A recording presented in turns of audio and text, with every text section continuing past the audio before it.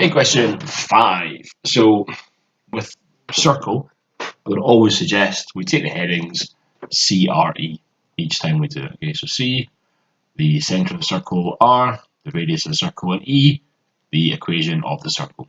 So the minute you see circle, CRE. Sometimes it turns into a straight line question when you've got a tangent, so you're back to PGE, but CRE for my circle. And for this one, I'm going to have circle 1.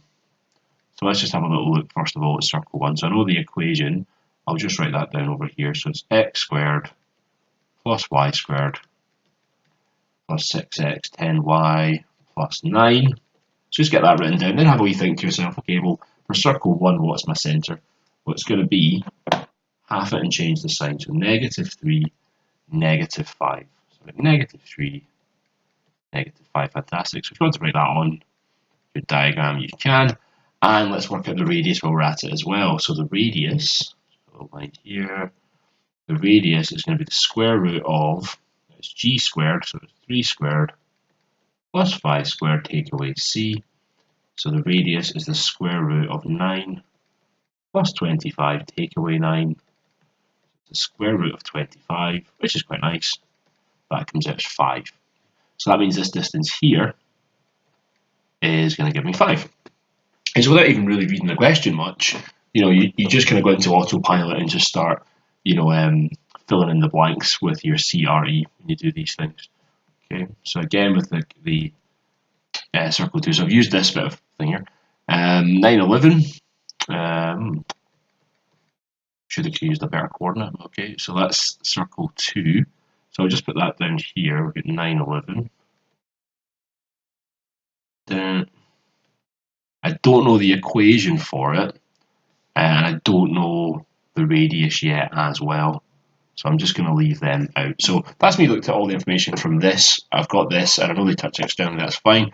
So the first question is determine the radius of C2. So I'm trying to find the radius, okay? I know the centre over here. I know the centre down here. How can I find the radius? Well, this is where you start looking, and this comes up an awful lot with this topic, is effectively Pythagoras. Okay, so I know if I draw a right angle triangle here, that the difference in the x's is going to be the length along the bottom, so that'll be 12. And the difference in the height, so the 11 and the negative 5, that's going to be 16. Okay, so that's how far I've travelled up the way, how far I've travelled along the way. And from that, I can then work out what this full distance is going to be. So if I call that, I'll call that A. Okay, so that means that A squared is equal to 12 squared plus 16 squared. So we do 12 squared plus 16 squared, that's 400, and the root of 400 would be 20. A squared is 400, so A will be 20. So that's excellent. I know this full distance now is 20. So if that full distance is 20, that means that the radius has to be 20, take away 5, which is 15. The difference between this full distance and the 5, your radius is 15. So again, a very big part of the circles is your CRE headings, but also this Pythagoras idea. Okay, so get used to drawing your right angle triangles and get used to working out the vertical and horizontal distance. But every time you do it, if you've got your CRE in place, it just helps build up that picture of what you do know, and then you can find the missing pieces. So in theory, quite simple questions because the subject matter isn't as complex as your other topics, but there's much more problem solving in these, visualization and things. So, try and think of a strategy that works for you. For me, it's going through all the pieces of information, CRE, and filling out what I know, and then from there, you'll get some marks. Okay. So the next question is saying that a third circle is drawn, such that both C1 and C2 touch C3 internally. So that means that the circle goes around the two of them. Okay, and that the centers are all collinear. So the centers must all exist on this line. Okay, so I've just taken this question again, so that I'm able to mark everything up. So I'll just draw 9, 11 and negative 3, 5 in there. So I've got 9, 11, and I've got negative 3, 5. Was it negative 3, negative 5? Yeah, negative 3, negative 5. and I said this distance was 5, and I said this distance was 15. Okay. Now our circle, if it's touching them internally, it must be doing something like this. Okay. Again, please excuse my awful drawing, but we're doing something like that. Okay. Less like an egg, but like that. So it's touching here, and it's touching here, and the center will be somewhere along, but not drawn it amazing, but it was somewhere on this line. It said that they're collinear, so the center will be somewhere on the line, probably somewhere around about, here, so that's our circle. So it's asking for the equation of a circle. Okay, so for the equation, again, I need C, I need R, and from that I can work out E, my equation. So how can I work out the center of this circle? Well, possibly the first thing to do would be to try and get the radius, and then from there I can work between these points. So the diameter of the circle is going to be 5 plus 5 plus 15 plus 15. It's that whole piece, isn't it? So the diameter is going to be 5 plus the 5 plus 15 plus 15. So it's that 40. The diameter of 40, so the radius is going to have to be 20. So that's quite a good start already. We know the radius. So when I'm doing my equation, I'll do the nice equation like this. I know that that's going to be 400 because it's radius squared. So I get x and y. I just need to know the center. It's me halfway there. It's pretty good, isn't it? So how can I get from the edge of my circle to the center of the circle? Okay, well, again, this will be thinking a lot about Pythagoras, right? So let's have another wee sketch.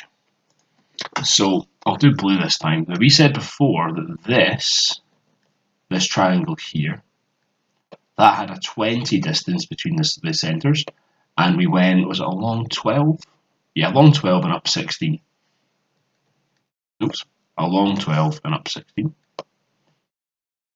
So what I can say then, right, well, if I'll draw a small one over here, 12, 16, and 20. Now, I would like to make that simpler. I'm going to move in increments of 5. So that means I'm dividing everything by 4. Okay, and I'm doing that because I'm tactically thinking, right, if I can go from here, which is 5 in, I need to go another 15 along this line to get to the center. Okay, because from there to there is 20. Yeah, so from here to here is 15. So if I can add 15 to that point, then I'm winning.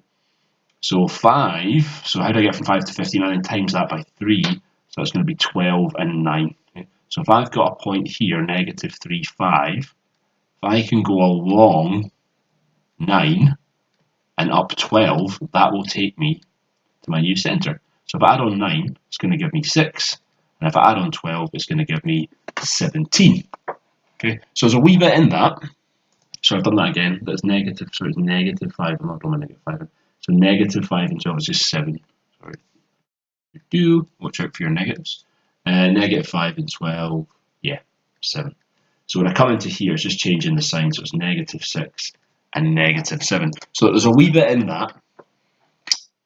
But again, it's Pythagoras, okay? So what I did was I looked at a distance that I know. So I knew that from here to here was 20. And I knew that that's going along 12 and up 16. And then you're trying to find a stepping off point. I knew I wanted to move 15 because I want to go this 5, which is already done. The centre's here for that circle. And I'm trying to get another 15, okay? So I can't go from 20 to 15 in one step. I'm going to go to 5, then go to 15, okay? So you're trying to find something that's a nice intermediate between the number you're aiming for, okay? So again, a wee bit of visualization, without this drawing, I think I'd struggle to be like, well, wait a minute, how far along this line is it? But you can say, well, this radius is 20, that distance is 5, so you need to go up along this diagonal 15, yeah? So that's why you need to look at, well, how far do I have to go along and up to move 5? So for every 5 I've gone along, for every 5 I'll do another colour. So for every 5 you go diagonal, you're going 3 and 4, 3 and 4, 3 and 4. And that takes you to your 15 and your final answer. So I hope that was helpful. They can be tricky questions, but CRE and do a nice sketch.